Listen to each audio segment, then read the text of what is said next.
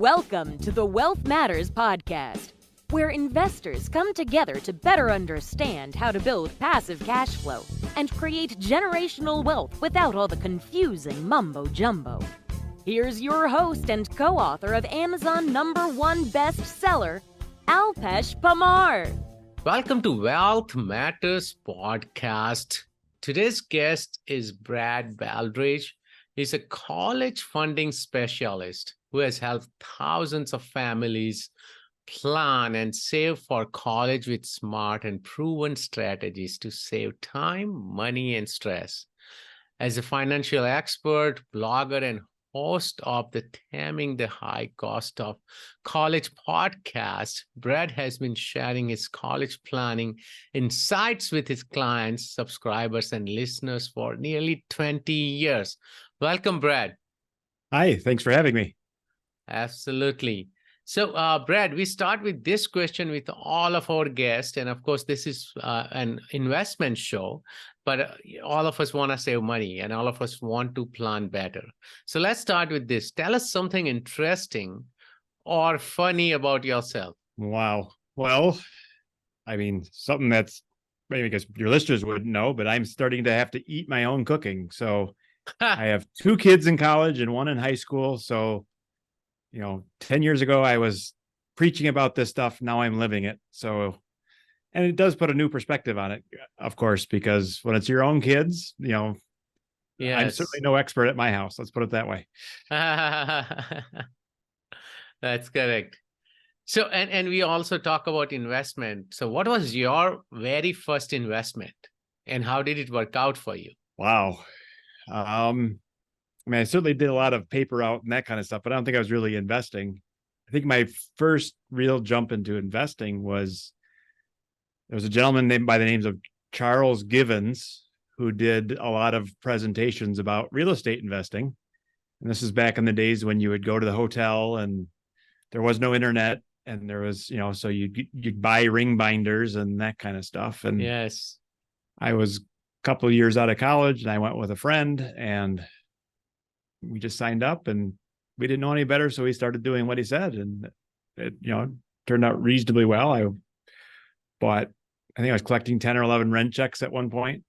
Nice. But then I got married and had kids and launched this business. So the rental real estate was kind of a distraction and I sold it all to buy my family a nice home and start my college savings, et cetera, and moved on to different endeavors. Got it. So what do you invest in now? Like, of course you have your business, but do you also invest in stocks or real estate or anything else? Yep. Primarily, the boring stuff, the 401ks, all that kind of stuff that, and then the business itself, of course, and the ownership. Right. Got it. So let's talk about college now, right? And personally, this topic is close to my heart because I'm gonna go through this soon, as well as a lot of my listeners. So yes.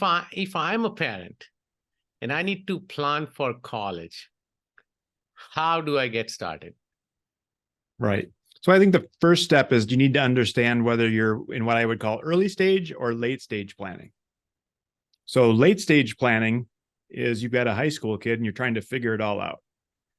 And then early stage planning is before that. So it could be, hey, we're pregnant, let's start saving for college. Oh, wow. Okay. It could be you've got a 4-year-old, a 7-year-old, even a 12 or 13-year-old, where you're not quite ready to visit colleges and do that side of it. But parents can, at any age, obviously can start budgeting and that type of thing. I encourage most parents to talk about, well, how much college are you willing to pay? Are you going to say something like, you can go to any college you want, we'll pay for it, doesn't matter what the price is, and look at the recent prices before you say something like that. Yes. But yeah, that's, I think, is the big first step, is to understand, because if you're early stage, again, you maybe can lay some plans and come up with a big pile of money, but then whether you've done a great, lots of people I work with didn't do so well when the kids were young and they're trying to catch up now. But even if you've got kids in high school, a sophomore, junior, senior, now you really are in the midst of it, where you're saying, okay, we got to visit colleges, we got to pick college, we got to either plan how well we're going to spend our saving and investing if we have some, or supplement it because we don't have enough, which is very common. Or occasionally we have nothing at all, so we got to really play catch up. And then on top of that, it's negotiating with schools and financial aid forms and appeal process and understanding scholarships and need-based aid and merit aid.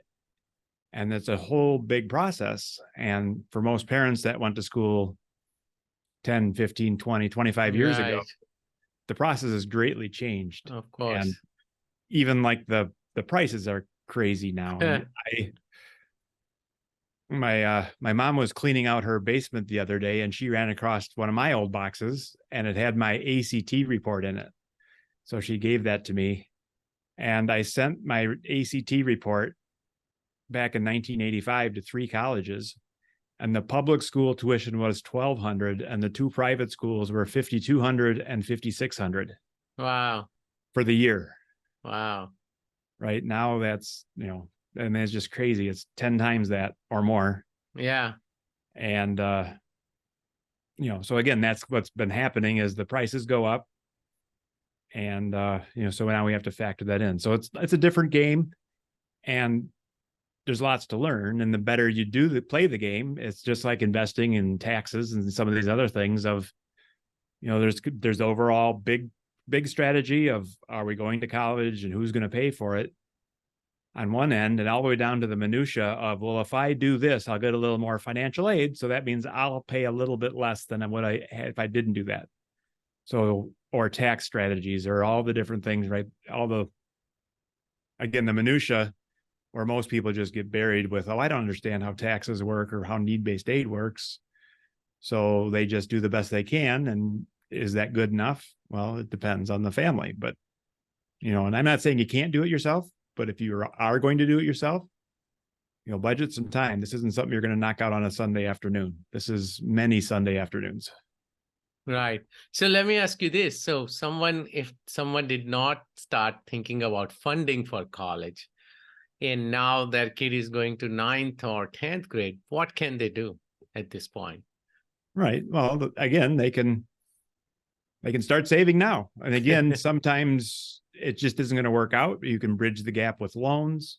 And again, some families, if they're actively investing and, following some of your strategies, whatever they might be, they might have money. It's just not really dedicated to college at this point. So they could shift it to college now or later. Right. I mean, that's always a challenge too, of when you've got a 6-year-old, it's still astronaut and cowboy. And you're like, well, one needs college, one doesn't. I don't know, and then, so maybe you just put it off, and that's easy too, especially with daycare and that kind of stuff. Once it gets real, then it's just time to buckle down and say, we're behind. And it was, it's not unusual for me to say, based on, your 3 kids and your goals and that kind of stuff, if we could get $2,500 a month, we can make this work. And then, I get this, scared look in their eye, and it's like, well, we were thinking 1,200. Well, we could probably work with 1,200. But if a family is saying, well, what do you mean 2,500? I was thinking $50. Well, I mean, that's just not realistic, right? Right. You need to have something to work with. But for some families, they're going to take college and they're going to spread it over just the 5 or 10 years that the kids are in college. Other families are going to spread it over 20, 30, 40 years because they save and invest from the time the kids are young. And then they do what they can while college happens. And then they clean up some loans when it's all over. So, for the time the kid is born, they started saving until the kid's 25 or 30 and they pay off the last loan. Nothing wrong with that plan if that's what works. And I see a lot of entrepreneurs who are like, well, and I like the idea that I'm not putting a lot of capital into this because I've got bigger fish to fry, and I'd rather not take my seeds and spend it on college if I can avoid it. We'll use loans for now. Again, it's, just a financial decision like any other. Loans aren't good or bad. They're just a tool. So that, I guess, is kind of the process. Right. So what are some of the top strategies you recommend for saving and paying for college? Right. So certainly the various college savings plans, whatever's available in your state, the 529s or Coverdell's, they're often a piece of the pie. they may not be the only piece. We often pair them with other investments. And then again, for people that are, more actively involved in their investments, you can go outside the box too, and things like rental real estate. I do have a little real estate. My kids help me with it. I pay them very well. And then they save for Yes. college. And, so some of you are, that understand what I just said there, where I pay them very well and they save for college, because then I don't have to pay the taxes of the money they do. Yep. Yeah. And And their this is tax what I brackets are do better as than mine. well. Yeah. Yeah, Right. exactly. My kids get paid, and even I put some of that money in Roth IRA as well. Right. Exactly. So again, those are just some of the strategies, right, that you could use. But on top of that, I think up until about 5 years ago, college was very much a black box, where if you look at the very end stages now, typically all the deadlines that a typical family has to deal with are set by the colleges, and they all land in the senior year of high school. So at the very beginning of the senior year is when you apply for admission and financial aid. And then from there, you'll get you'll get accepted or you won't. They'll offer you scholarships or they won't. And you kind of hear that through the winter and into the spring. And then on May 1st, most colleges, they want their deposits. You decide yes or no. And if you're coming, then they want some actual deposits to hold your spot. And then through the summer, they start onboarding the students, and they give them their dorm spaces and assign roommates and do all, provide the loans if that's what you need. All that happens through the summer, and then they're off to school in the fall. So that last year is the timetable is very much the college. But the 2 years prior to that, there are no deadlines really, but there should be, because for most families, you need to put some deadlines up for your own use. Like by the end of the junior year, you should have a good understanding of what schools you're going to apply to. Well, what does that mean? Well, these are the 5 or 6 or 10 or 4 or whatever it is that we're going to apply to. Or maybe of these 10, we're probably going to apply to 8 or 7. We haven't quite finalized it yet, but we're close. But not, oh my God, we haven't looked at a school yet by the end of the junior year. That sets you way back. You also might need to do testing, right? You might need to have an ACT or SAT. Yeah. Or again, with the new test optional, there's, sometimes that's the answer is we're not testing, or our test scores didn't work out, so we're not submitting scores. But that's a tough call to make until you know what schools you're applying to.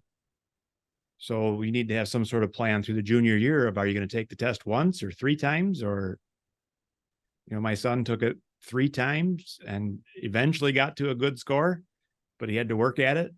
Yes. And we got really lucky because we started just before COVID. So he tested summer, fall, winter, and February or March, and then COVID shut everything down. Oh. And all his peers who had only maybe done 1 test and needed to go back and retake it, they couldn't get a test site because all the test sites were closed. Yes, everything. The whole world shut down. Yes. And that's why test optional was born at a lot of these schools, because they essentially were saying we can't take any students because nobody has a test score. So they need to make money, right? Right, exactly. So, and then a lot of the colleges tried it and they said, you know what, it works without it, so we're going to keep going. Yeah, exactly. A few colleges have reinstated it, and it's moving right now. Some colleges are coming back, some aren't. So before you decide we're not doing it or are doing it, you really need to understand the ramifications. I'm not saying it's a bad decision. I'm just saying make sure you use it. You're informed before you make the decision. Because again, sometimes it can make a big difference to the positive if you go ahead and do it. So anyway, so that's an idea of what goes on junior year. And then sophomore year, a lot of times what people don't realize is it's based on your taxes that start your sophomore year, the whole financial aid process. So if you had a rising sophomore right now, that means that they just finished freshman year. So they're 3 years away. So 2026 is when they would graduate. Right. So they're going to do financial aid in 2025. And it's going to be based on 2024 taxes. 22. Okay. So if that's your kid and you've got a big pile of Bitcoin or you've got a real estate, or you think you're going to sell one of your buildings, you might want to do it this year instead of next year so that that transaction shows up on a tax return that colleges don't see. So that's how, again, planning it early is important, especially for people that have control of their numbers, right? I mean, if you just work at a typical job where your salary is pretty much the same year over year, there's not much you can do to change it. You're not going to quit your job in order to get financial aid. But if you're working real estate or some other investments, you might inadvertently, and I see this a lot, inadvertently sell a building or do something that shows up on your taxes in a year that the college sees. Another big one would be an inheritance. A lot of families that get inheritance, now all of a sudden they have to decide what to do with it, with grandma's IRA, and not knowing any better, they say, I'll take it all, just send me a check, only to realize it messes up their financial situation for college. So there's right. So then now we're getting into all the little minutia again of, if you do this, you get that. If you don't do this, you do, and there's a lot of it around need-based aid and merit aid and taxes and investing and, hiring the kids in the business and all those different pieces of the puzzle. Got it. No, that makes sense. And I was looking at your website as well, and one of the things you mentioned was that one of the biggest surprise for many parents is that the price of college isn't what they see on the school website. What price should parents actually expect to pay, and why is there a difference? Yes, well, that's a great question. So right now, the average state school is about $27,000, and that's list price. And the average private school is about $57,000 list. Now, what does list mean? Well, that's tuition, room and board, books, fees, beer, and pizza. It's the whole cost of a typical college student for 1 year. Yes, 1 year, not so then multiply by 4 or 5. And that's the reality, unfortunately. But that is list price. A lot of colleges will offer some form of need-based or merit-based scholarships or other types of incentives in order to have your students come. And, some of the elite schools, as an example, Stanford out in California, they have a press release out there now that says if your income is under $100,000 on your taxes, then college will be free. They will cover all of tuition and all of room and board. So, you just show up and off you go. Now, if your income is below 150,000, but more than 100, and you're in that gap, then they won't necessarily cover all of housing. So they'll still cover all of tuition for sure. And then after that, you may have to pay for some housing. So that's, now the challenge, of course, is Stanford is very generous, but it's also very challenging. Right. Their acceptance rate was 3 or 4% last year. They, your students need to be rock stars or the equivalent in order to have a shot. And again, if you do have a shot, by all means, go for it. And, it's a great school. But again, that type of generosity doesn't apply to all schools. And sometimes they're a little bit challenging to get accepted to. But that would be a great example if someone sees, well, Stanford is 88,000 or whatever it says on their website. It's like, well, yes and no, right? For the tech entrepreneurs that are worth millions or billions, yeah, it's going to be 88,000 for their kids for sure. But for very low income, it might be almost free. And if you're in the middle, it'll be somewhere in the middle potentially. So I've seen families earning 300, 400,000 still qualify for some aid at some of the most expensive schools. And there's no, I often get that question. Well, how much do you have to earn before you don't get any aid? Well, it's a sliding scale. It's like, how much do you have to earn in order to not pay taxes or to pay this much in taxes? Well, it depends on your situation. It's very complicated formulas, et cetera. But I would at least consider it possible, especially if you're at expensive schools, well into the six figures, 300, 400, 500. You get to $1 million, you're probably not going to get it. And even at 200,000 and 300,000, it's less likely at the state schools, but again, at the expensive schools, it's certainly possible. And then for people that can control their numbers, then you might make things lumpy where it's going to be 100,000 this year and 300,000 next year. And if you time that well, that could make a difference, as an example. So that's what I got to do. Right. Exactly. So that's part of the process of, understanding. And of course, you want to do it at schools where it'll actually make a difference. Sometimes, at a typical state school, there's a lot of people there that pay full price no matter what they do. And they can do all kinds of strategies and tactics only to discover that they're not going to make a difference at that particular school. So that's, again, part of the process. If they offer merit aid, do they offer need-based aid? Where do you stack up, at that particular school?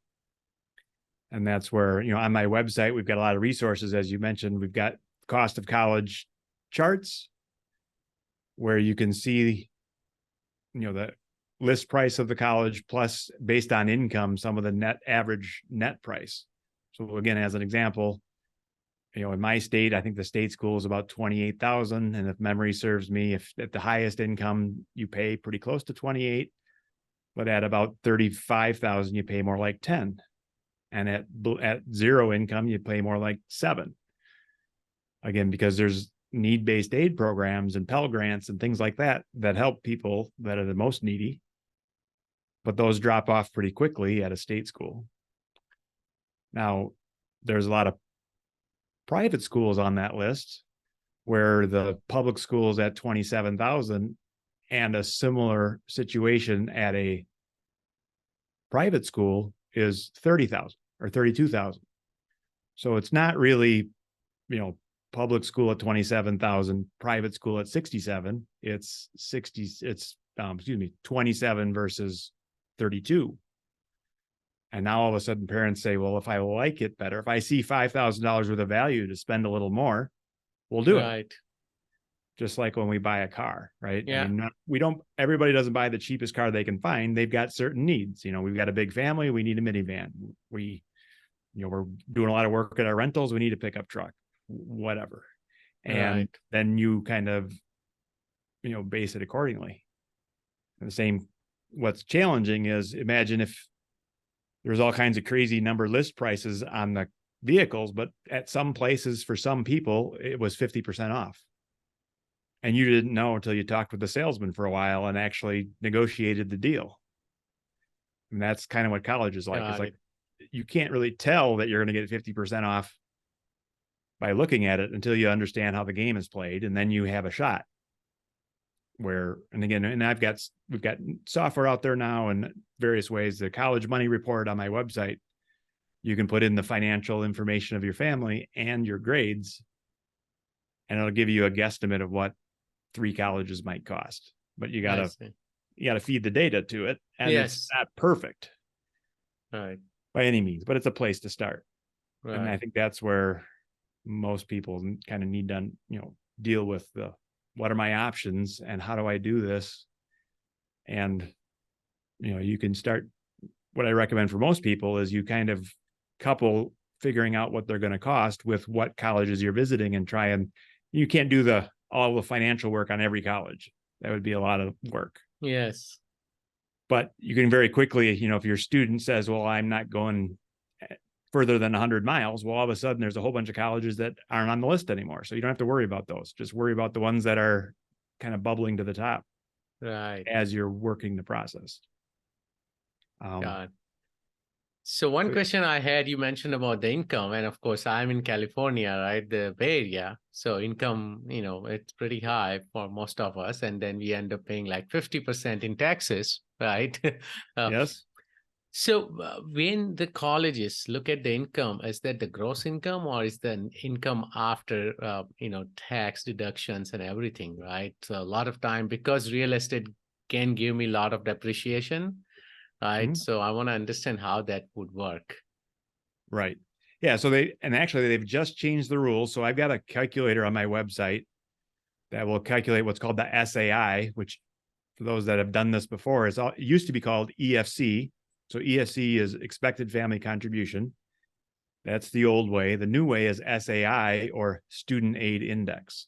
And they just changed the formulas a bit, But in general, what they do is they take your AGI, or your adjusted gross income, and then they add back in some of your tax-free income net. So Roth distributions and tax-free bond interest maybe get added back in. And then for some business owners, they may add back in your contributions to retirement. So if you put money in a 401k, usually that's okay if you're just an employee. But if you're also the owner, then it shows up on your taxes. And if it shows up on your taxes, then they know about it and then they add it back in. Right. So that, unfortunately, that's the way it works. So IRA, so it's not foolproof with the retirement contributions. You got to understand the nuances there. And then they give you credit for the taxes that you pay. Federal taxes. Unfortunately, they don't give you much of a benefit for state taxes anymore. Okay. Which hurts in the high income states, but that's the change they decided to make recently. Right. And then they also look at your assets. So, and not all assets are counted. So they would look at, so things that do not count are generally retirement, like 401ks and IRAs do not count as an asset. What does count is college savings plan, investments that are not retirement, businesses are new. Now they include all businesses. Real estate that's not your primary residence, so your rental properties or business properties, that kind of stuff. And it's net value on a lot of those things. So if you've got a $1 million building with a $900,000 mortgage, you would net that out. Got it. But not all debt is automatically considered either. So credit card debt, as an example, doesn't count. Right. So sometimes there's strategies around having the debt in the right places as well. Yeah, it's important. Once that's all done, they convert your assets to an equivalent income, and they add it to your actual income that we calculated before, and then they go to a table and look it up, kind of like taxes. Got it. So, at 150,000 of income, your EFC might, or your SAI might be about 25,000, let's say, which means if the college costs more than, and then the formula for need-based aid is the cost of attendance minus 8. So if you're going to a state school that costs 25 minus 25, you don't show any need. That same family, right? That same family going to Stanford at 85,000 minus 25,000, you need 65,000. Got it. And there's also good news in that Stanford has 65,000, and they'll probably provide it to you because they're very generous. The other private school down the road might say, well, we don't have enough to go around. So yes, you need 65, but we can only give you 50. Got it. So your net cost, but they wouldn't maybe not cost as much either. So their net cost might be similar. It might be different. And like I said, so what I went through is pretty complicated. Some, people have to listen to it a couple of times to follow it. Perhaps go to my website, look at the calculators, look at the net price numbers, and I mean, it's all there. But in the end, what it really boils down to is, first step is you show a need based on some complicated formulas. If you show a need, then you're eligible for need-based aid. But just because you need it doesn't mean the college will automatically have it. Some will, some won't. State schools are notorious for being a low-cost option, but they don't give a lot of aid to the middle income and up. Yes. Most of their aid is focused on the low income. That's always the case, right? Yes. So, that's the game, I guess. That makes sense. Many parents worry that paying for college will wipe out or delay their retirement. How can families balance paying for college while saving for retirement? Yeah, and that's a big challenge. I spent a lot of time talking with families about, this topic. And I think it's all relative too. And as far as where you're coming from and how much resources you have, I always make the joke, if you're giving up the lake home so that you can afford to send your kids to crazy expensive colleges, well, I mean, that's your decision, right? I mean, maybe you don't use the lake house, so you're fine with that. But if you're going to, again, crush your retirement in order to spend crazy amounts on college, then perhaps you want to reconsider. And then for some families, finding a good low cost option and doing the best you can and realizing you're just going to have to bite the bullet and take some loans and just to make it happen. I mean, that's the reality, right? For some of us, college is, Right. basic. Some of us are saying, oh, state school is no problem. We got that covered. Now we're starting to think about Stanford at net 50 or net 60. Is that worth it? It's like, well, I can't make that call for you. We all spend our money on something, whatever it might be. It's a kind of a judgment call. But if you don't have it and you're going to go into debt because you want to go to the more expensive choices, that's, I think, a bigger challenge. But I think for some families too, that it's, we're already at the lowest cost options and we've done the best we can on aid and scholarships, and there's still a net price that we can't quite afford. Are loans worth it? Well, for most kids that get a quality education in the long run, it's worth it. There are certainly instances where it's not. And I think that's where you really need to start evaluating your own situation and your own children. There's the bright kids out there that are going to be fine no matter what they do. They don't even need to go to college. I mean, if Bill Gates didn't need college, he just went and did his thing, right? Yeah. Now, if you've got that type of kid, if they like the idea of college, well, great, send them. They'll be fine. And if they have to take on some debt to do it, they'll probably be fine. The other end of the spectrum, we know those kids that are going to struggle no matter what they do, and they're just not on a good path. And college maybe isn't even the right path for them. They need to go to the school of hard knocks or whatever it is to, get their feet under them first before college makes sense. I think the real challenge is the group in the middle that's, that are impacted like by the quality of education, right? I mean, we have those students that you talk to them and that seventh grade teacher, that math teacher or science teacher lit that fire, and all of a sudden they figured out they could do it, and they jumped in. And you can't thank that seventh grade teacher enough for kind of turning the tide. That teacher made a big difference. But again, not always is there something that's going to make a difference. And that happens in college for a lot of kids, right? You talk to a lot of people about what their path was, and a lot of them will say something happened in college. And that's one of the reasons why everybody wants to go to college. And that's why a lot of parents are hoping to send their kids to that typical 4-year campus experience. I mean, I had a lot of fun doing it. I'm willing to spend a lot more money than I probably should because I thought it was so great. I want my kids to have the opportunity. So I'm willing to do what it takes. And lots of people are willing to do what it takes. That's why the price keeps going up. They raise the prices and parents figure it out. So they raise the prices again and parents still figured it out. Now finally they're starting to slow down because some parents are starting to back off and say, wait a minute, this is getting ridiculous. We're going to have to find a lower cost option. So they've started to raise the prices, so when this recent bout of inflation, I don't know how that's going to impact things. But through COVID, a lot of colleges were raising their published prices, but their net prices were actually going down. Yes, they went from $62,000 to $64,000, and their costs went up by $2,000. But their average scholarship went from $40,000 to $45,000. So the amount of offers the money they were giving out went up $5,000. So their net income actually went down.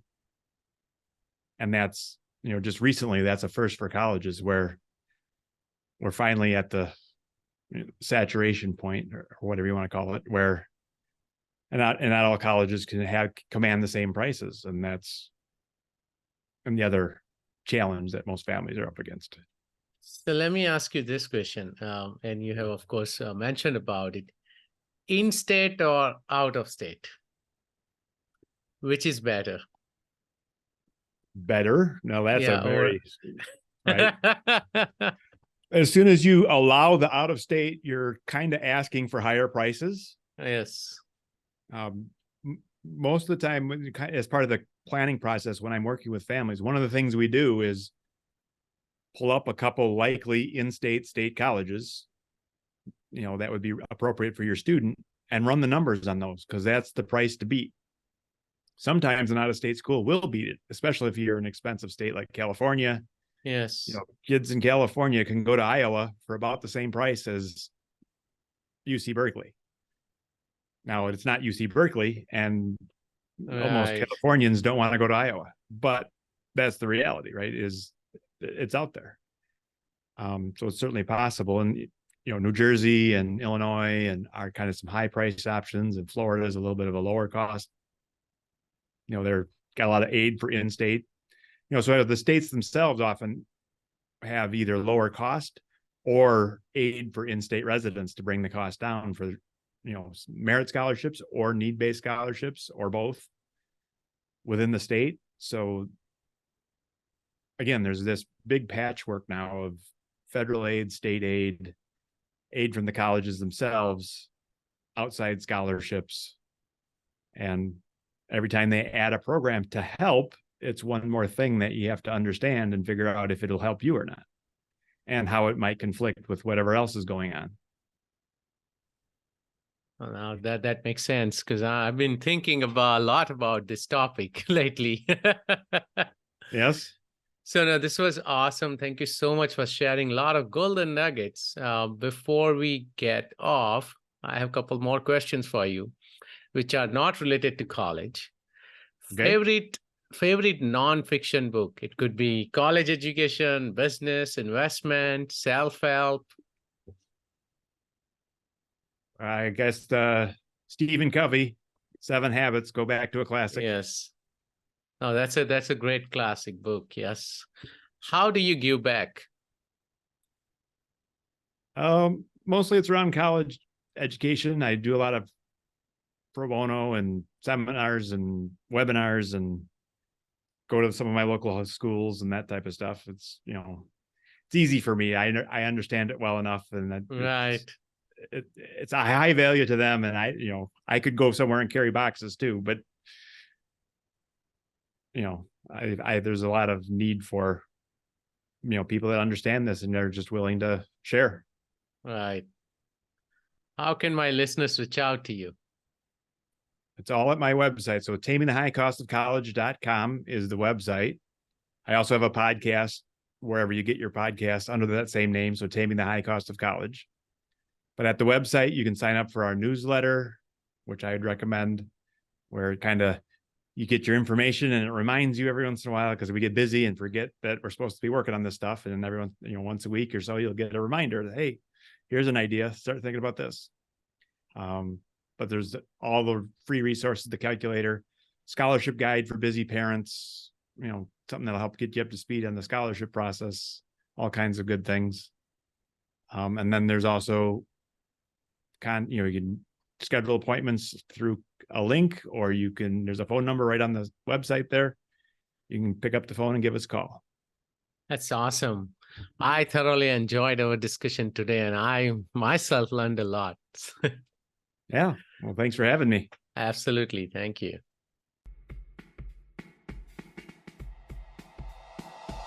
Thanks for listening to the Wealth Matters podcast. If you enjoyed it, please leave us a 5-star rating on iTunes so others can enjoy the show too. Have a great week and happy investing!